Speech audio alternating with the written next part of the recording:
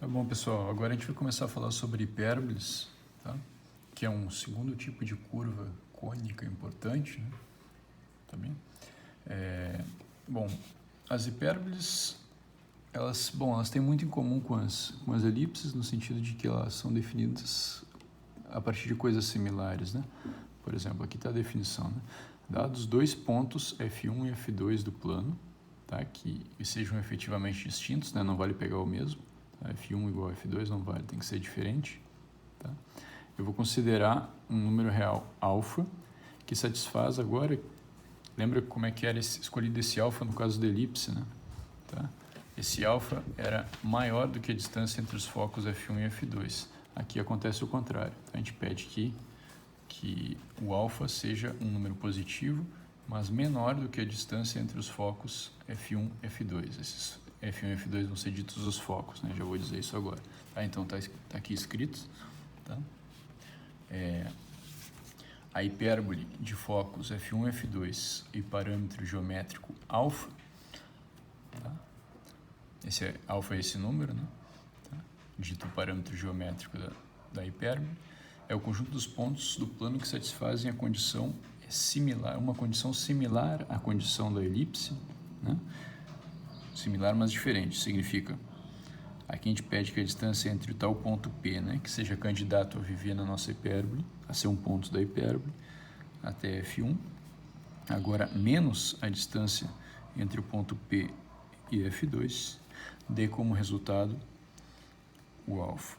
Só que, lembra que esse alfa aqui, ele é um número positivo. Então, esse número aqui, se a distância entre P e F2 for uma coisa maior do que a distância entre P e F1, esse número aqui daria um número negativo. Tá? E por essa razão a gente pede que isso aqui aconteça em módulo. Tá bom? Então isso aí, os pontos do plano que satisfazem essa condição, tá? São os pontos que vivem na nossa hipérbole de focos F1 e F2 e parâmetro geométrico alfa. Tá, pessoal, aqui eu vou começar a falar sobre os elementos importantes no estudo de uma hipérbole. Tá? Vocês vão reconhecer várias similaridades com coisas da elipse. Tá? Então, por exemplo, inclusive na nomenclatura, tá? O centro da hipérbole, tá? Isso aqui é o ponto médio entre os focos. Tá? Então, aqui eu desenhei os focos da nossa hipérbole e estou marcando aqui um ponto médio. Tá? Esse aqui seria, então, o centro da nossa hipérbole. Tá? O eixo focal é a reta passando pelos focos, pelos dois focos. E, portanto, né, já que o ponto médio também está alinhado com esses focos, né, então essa reta focal, o eixo focal, certamente vai passar também no ponto médio. Então, deixa eu esboçar ela aqui.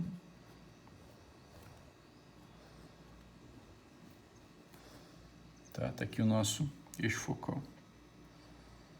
Eixo focal. Ok? O eixo não focal é como antes, né? Definido como sendo a mediatriz do segmento F1, F2. Ou seja, ela é uma reta que passa no ponto médio do segmento F1, F2 e é ortogonal, é perpendicular a esse segmento F1, F2. Então, eu vou colocar assim, mediatriz, o eixo não focal, né? Mediatriz do segmento F1 e F2, digamos, segmento, deixa eu arrumar aqui, F1, F2. Tá, então, o nosso desenho aqui, como que é? Seria uma coisa assim, né? Perpendicular ao nosso segmento F1 e F2, passando no ponto médio, que é o centro da nossa hipérbole. Tá? O ângulo aqui é 90. Tá bem? Bom, pessoal, do mesmo jeito que nós fizemos com a elipse, né? No caso aqui da hipérbole, a gente vai escolher um sistema de coordenadas que seja melhor ajustado para estudar essa hipérbole. Isso implica o quê, né? Ou seja, qual é esse sistema, né? Primeiro eu vou escolher a origem do sistema de coordenadas como sendo o centro da hipérbole, que a gente já viu, né? Que é o ponto médio entre os dois focos dessa hipérbole, tá? O eixo OX e o eixo OY, que nós vamos escolher, tem que ser dois eixos que são ortogonais, né?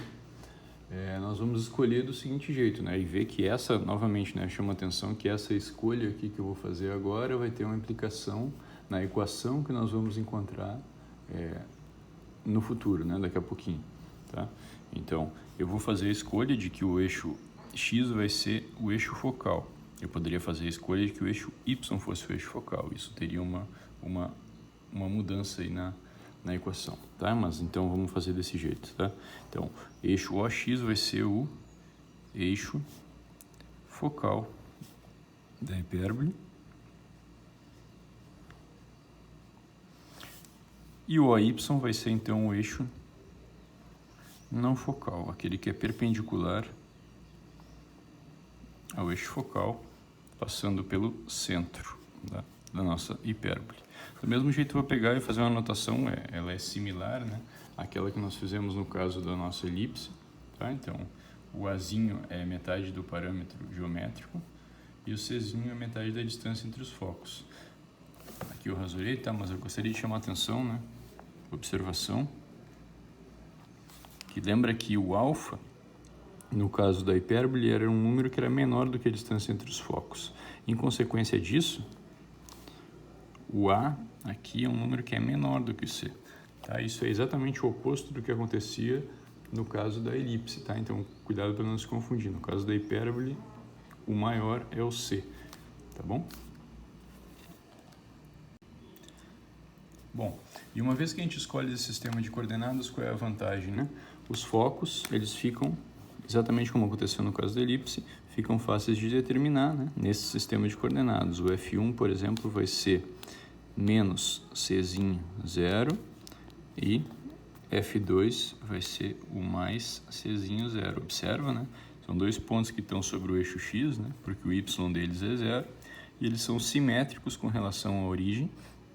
E além disso, né, eles estão C unidades para a esquerda, esse aqui, e C unidades para a direita, esse aqui. Tá bom?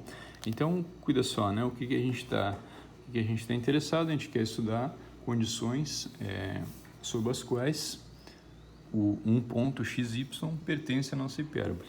Tá bom? Então, P igual a XY é um ponto da hipérbole. Quando que, né? Lembra, por definição, a gente precisa aqui o módulo da diferença entre as distâncias de alfa, ou 2A, né? Então, o que a gente vai fazer? A gente vai ter 2A igual ao módulo.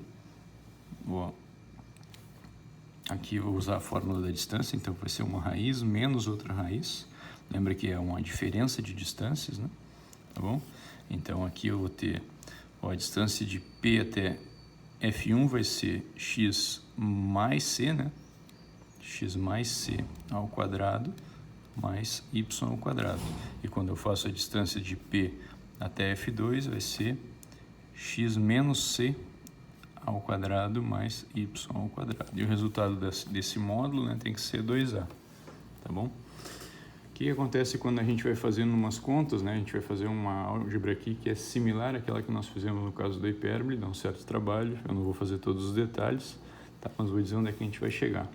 Tá? Então, desenvolvendo.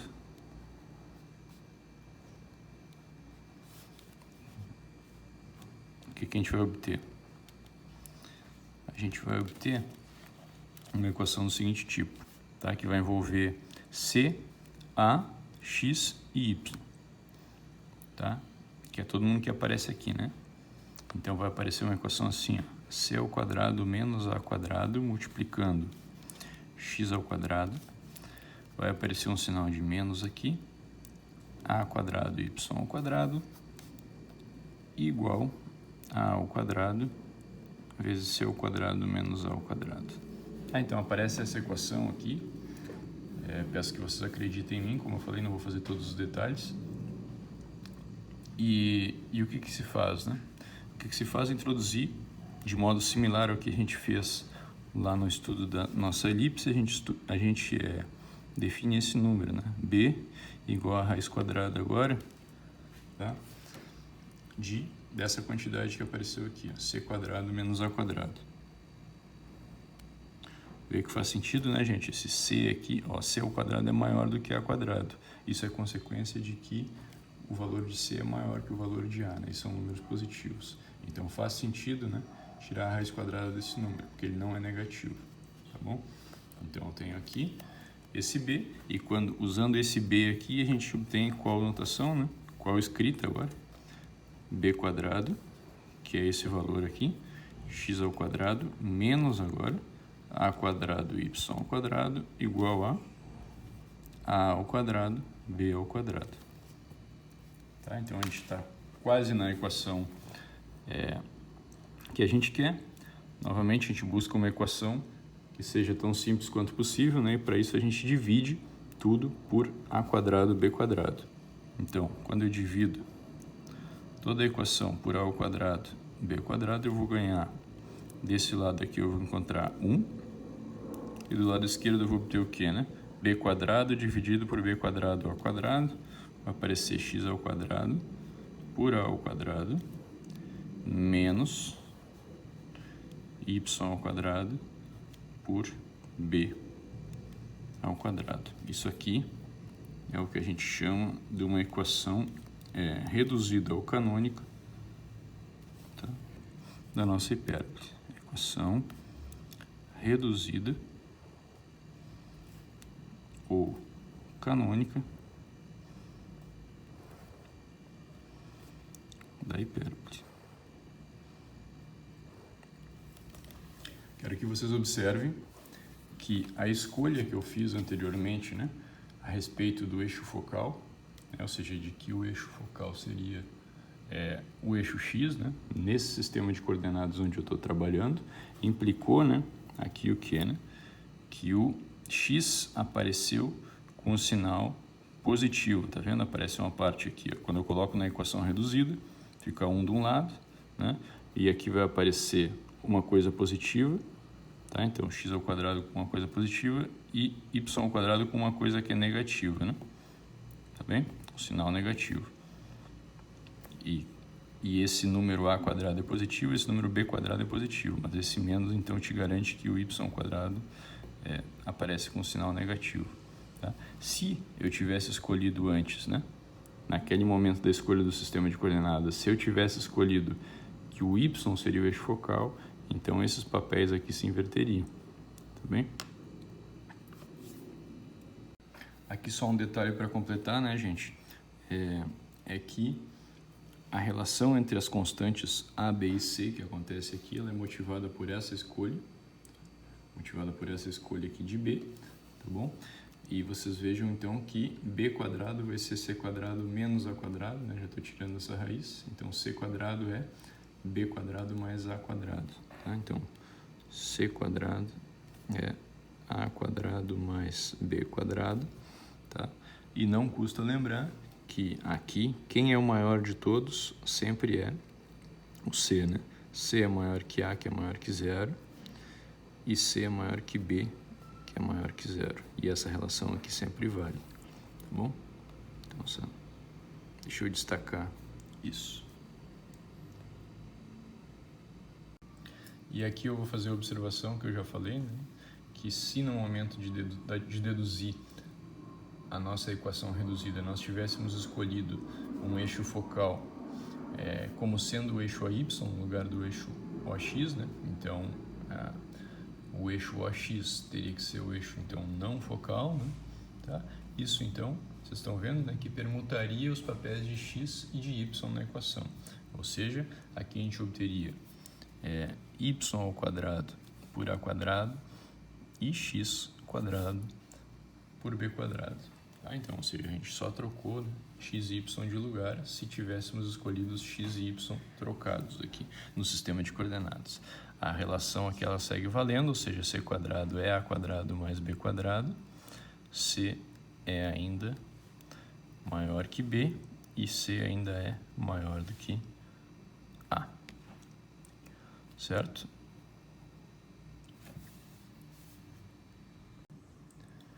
Tá, pessoal, nesse exemplo, a gente pede para que vocês determinem os focos da hipérbole de equação dada por isso aqui, né? Então, para determinar os focos, né, então a gente precisa encontrar o valor de C, lembra na equação reduzida, tá bom? E para isso, bom, primeiro a gente precisa encontrar a equação reduzida, né? Encontrar a equação reduzida nesse caso aqui, lembra que a gente precisa desse lado direito, né? Então eu vou dividir tudo por 63, que é igual, para facilitar as contas, né, nesse exemplo aqui a gente já escolheu 63 como sendo 7 vezes 9, né? Tá bom? Então, quando a gente fizer essa simplificação aqui, dividir por 63, a gente vai obter aqui x ao quadrado sobre 7, tá? Menos y ao quadrado sobre 9 igual a 1, ok? Então, essa aqui sim já é a equação reduzida da nossa hipérbole, tá bem? Então, veja só, né, o que a gente consegue inferir, ou seja, a gente consegue deduzir dessa equação, né? A gente vê, por exemplo, né, que o x, tá certo? Está acompanhando, digamos, a constante positiva aqui, né? Então, o eixo focal dessa hipérbole tá horizontal, como eu já tinha comentado, tá? Então, vai coincidir com o eixo x, tá bem? Então, o que a gente vê, né? Que o a quadrado, que é quem acompanha a parte positiva aqui, tá? Vale 7. O b quadrado é quem acompanha a parte negativa, vale 9, tá? Portanto, c quadrado, né? Lembra que ele é a quadrado mais b quadrado. Isso aqui vai ser então 7 mais 9, que é 16, né? Então, c é igual a 4, tá? Um número positivo que é a raiz de 16. Tudo bem? Então, agora a gente já sabe que os focos, né? Tá? Então, F1 era, de novo, tá, pessoal? Só porque o eixo focal é horizontal aqui, ele passa na origem, tá?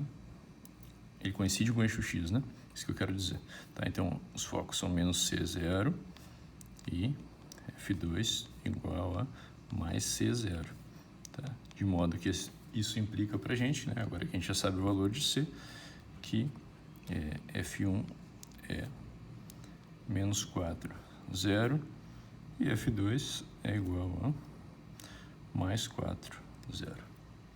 Tá? Isso termina o exemplo nesse caso. Vamos passar já para esse outro exemplo aqui, né, que eu coloquei, que pede para determinar os focos da hipérbole de equação essa daqui, né. Tá? Aqui a gente precisa ajeitar um pouquinho mais, tem um passo a mais, né, que seria passar isso aqui para o lado esquerdo. Então, a gente vai ter 3y ao quadrado. Vou passar esse mais 8 com o menos 8, né? Menos 8x ao quadrado igual a 24. Novamente, vocês já veem que eu escolhi um bom exemplo aqui que facilita as contas, né? Então, 24 é 3 vezes 8, tá bom? Então, quando eu divido aqui, o meu objetivo é chegar na equação reduzida, então eu tenho que obter de um dos lados da igualdade, tá? Então, eu vou dividir por 24, que é o 3 vezes 8, então isso vai dar y ao quadrado sobre 8, tá bem? Menos o x ao quadrado dividido por 3, igual a 1. Aqui já temos a equação reduzida da nossa hipérbole, tá? O a quadrado é aquele que acompanha a parte positiva da equação. No momento que a gente chega, né, no formato reduzido, o a quadrado é quem acompanha a parte positiva da equação, tá? Então, vou ter a quadrado igual a mais 8, eu vou ter b quadrado igual a mais 3, e, portanto, o c quadrado, né, é a quadrado mais b quadrado, no caso da hipérbole, então vai ser 3 mais 8, 11, tá bom? Então, o c vale raiz quadrada de 11, certo? Agora, então, quero chamar a atenção nesse exemplo aqui, né, que pelo fato de o y estar acompanhando a parte positiva da equação, tá bom? o nosso eixo, o eixo focal dessa hipérbole agora é o eixo y, né? Tá certo? Essa é a diferença, digamos, desse exemplo 2 para o exemplo 1, né? Tá bom? Então, esses focos aqui, eles vão ter que viver sobre o eixo y, tá? Então, agora, nesse caso, né, exatamente por essa razão que eu te falei, F1 e F2 vão viver sobre o eixo y. Então, a coordenada x deles é 0. Então, aqui é menos c e aqui é mais c, né? Tá? Então, ó, o F1 vai ser 0, menos raiz quadrada de 11 e F2 vai ser 0 mais raiz quadrada de 11. Tá? Isso termina esse exemplo.